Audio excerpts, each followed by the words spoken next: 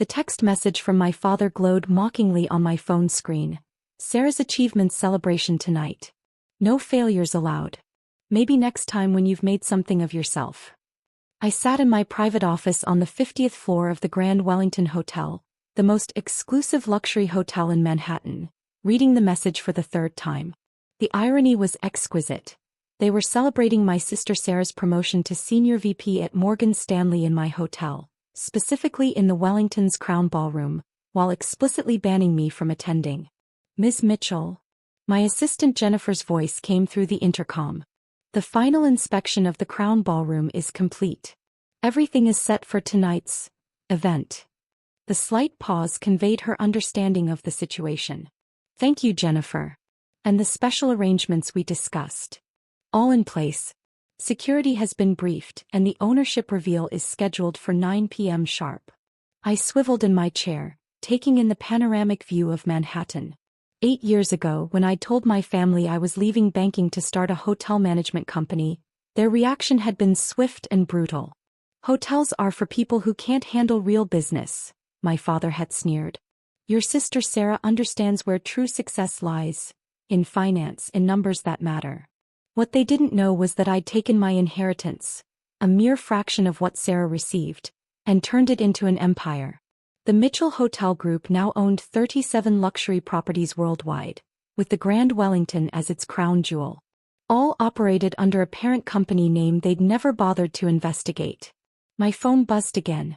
Sarah, this time, heard Dad told you to skip tonight. It's really for the best, Alex.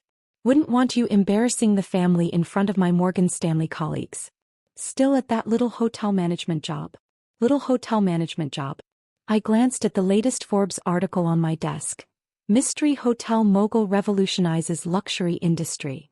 They'd been trying to uncover my identity for years, especially after the Grand Wellington became the most profitable hotel property in New York. Ms. Mitchell. Jennifer again. Your parents and sister have just arrived. They're meeting with Edward in the lobby. Edward, my hotel manager, who'd been specifically instructed to give them the VIP treatment while maintaining my anonymity. Another text lit up my phone, this time from my mother. Darling, this hotel is exactly the kind of place you could work at if you'd just listen to your father.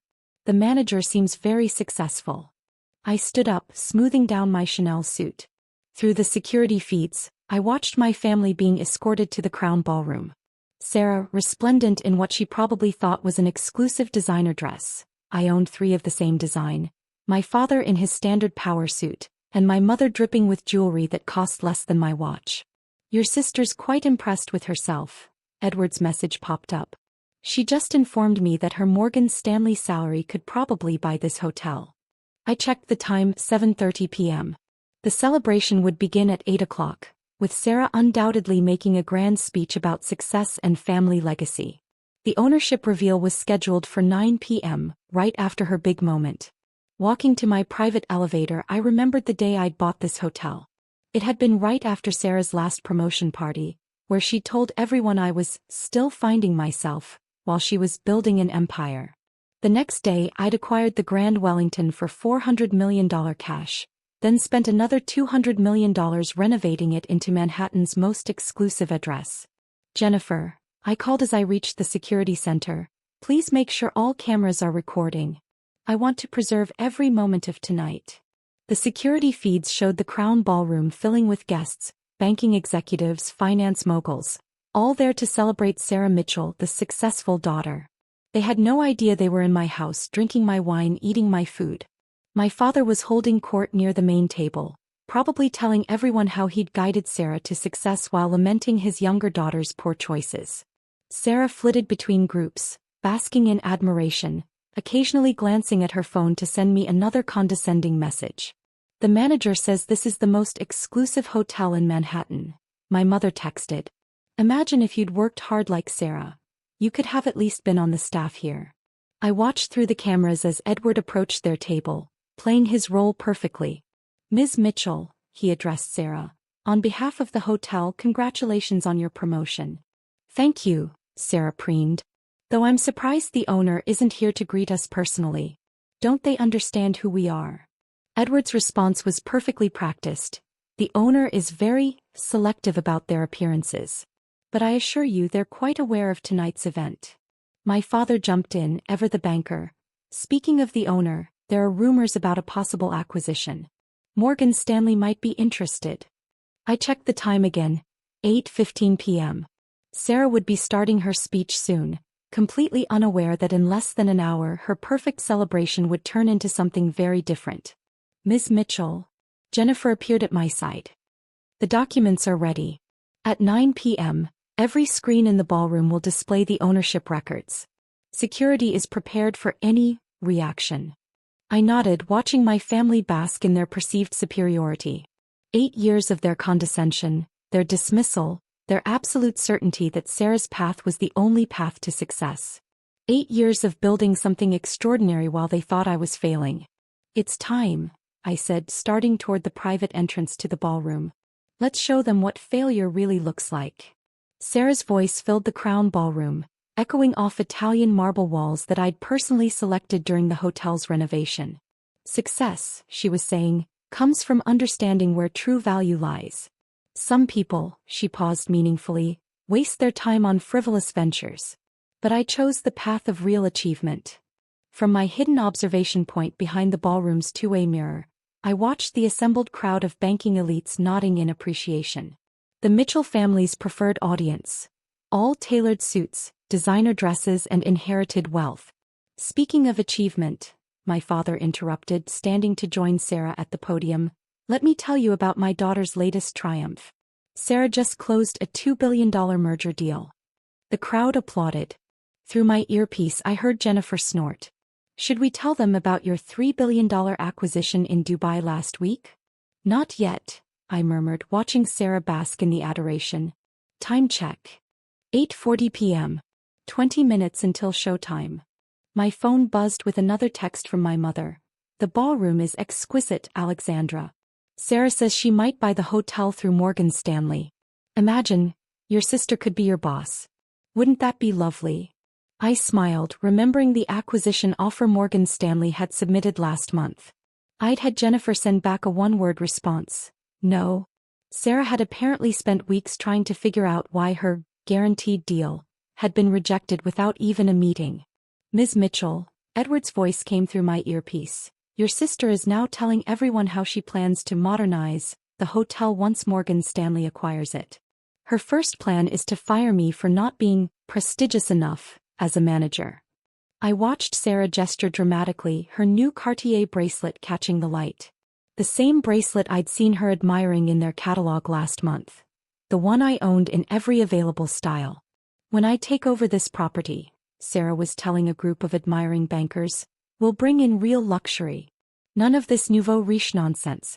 The current owner clearly doesn't understand true sophistication. Through the security feed I could see my father working the room, probably seeking investors for his latest venture. He'd been trying to expand his investment firm, unaware that I owned a controlling interest in most of his potential clients' companies. 10 minutes, Jennifer announced. The ownership documents are ready to display. Security teams are in position.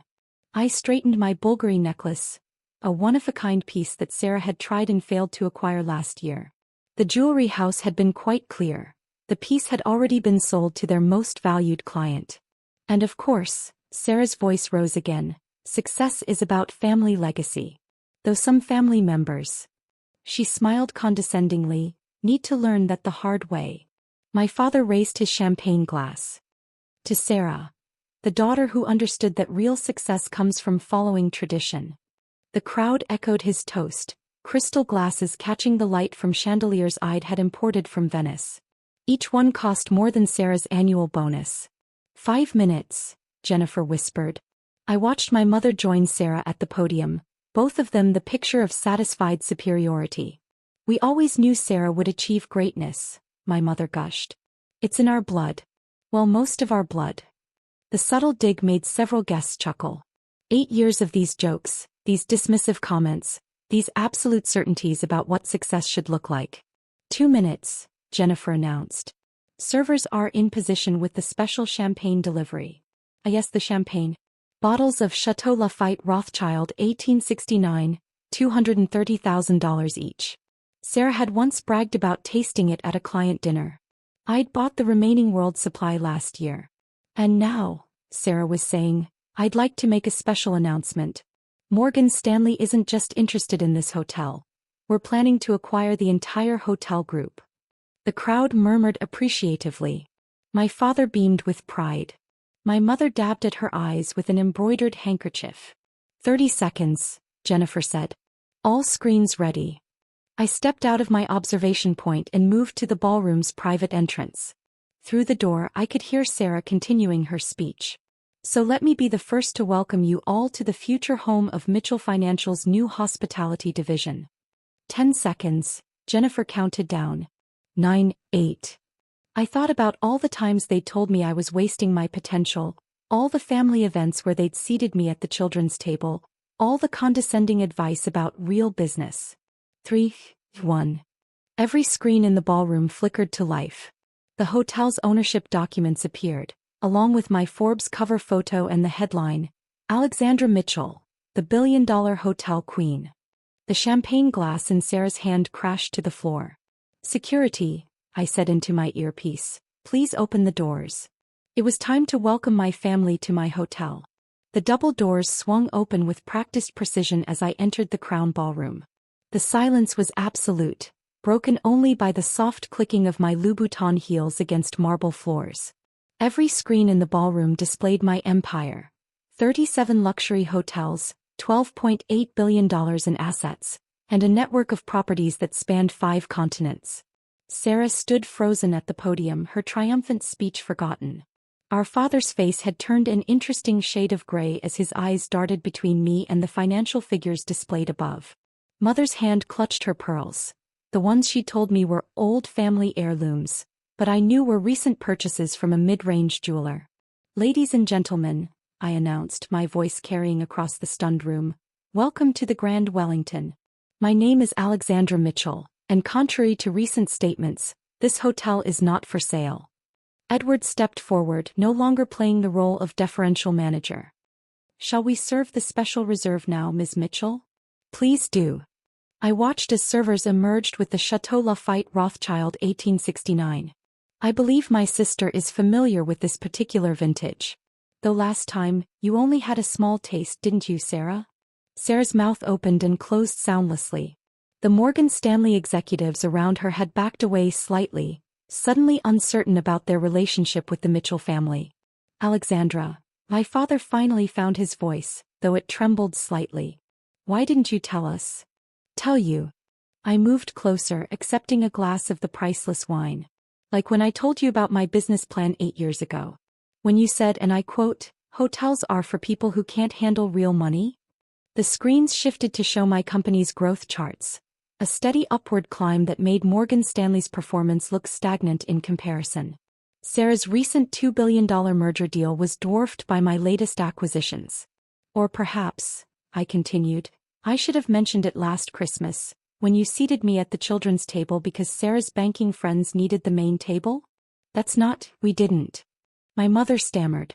Mrs. Mitchell, Jennifer stepped forward, tablet in hand, would you like to see the guest list for next week's royal visit?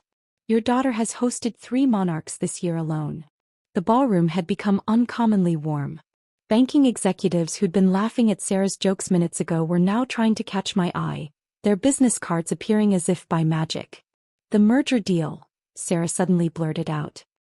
Morgan Stanley's offer for the hotel was rejected without consideration, I finished for her. Just like the offers from Goldman Sachs, JP Morgan, and every other bank that thought they could acquire my company. My father stepped forward, his banker's instincts kicking in. Sweetheart, let's discuss this as a family. Obviously we can combine our resources. Sarah's connections are limited to the banking world, I cut him off.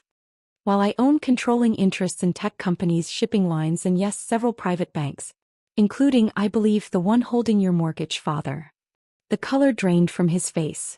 Behind him, I could see Sarah frantically checking her phone, probably looking up news articles about the mysterious hotel magnate she'd been trying to meet for months. Your sister worked hard, my mother tried, her voice taking on the wheedling tone she used when trying to restore family harmony. She followed the traditional path. And I built an empire, I stated simply. Would you like to compare net worth statements, Sarah? Or should we discuss how many times you've unknowingly asked my staff for favors? The screens changed again, showing headlines from financial publications. Mitchell Hotels revolutionizes luxury market. Hotel Queen's tech investments yield billions. Alexandra Mitchell, the unseen force in global hospitality. Security, I called out softly, please ensure that all non-family members give us some privacy. As the guests were efficiently escorted out, I caught snippets of their whispered conversations. The Alexandra Mitchell owns half of Manhattan's luxury properties. Richest woman under 40. Once the room cleared, I turned back to my family. Sarah had sunk into a chair, her perfect makeup streaked with tears. Father stood rigid, his banking facade cracking.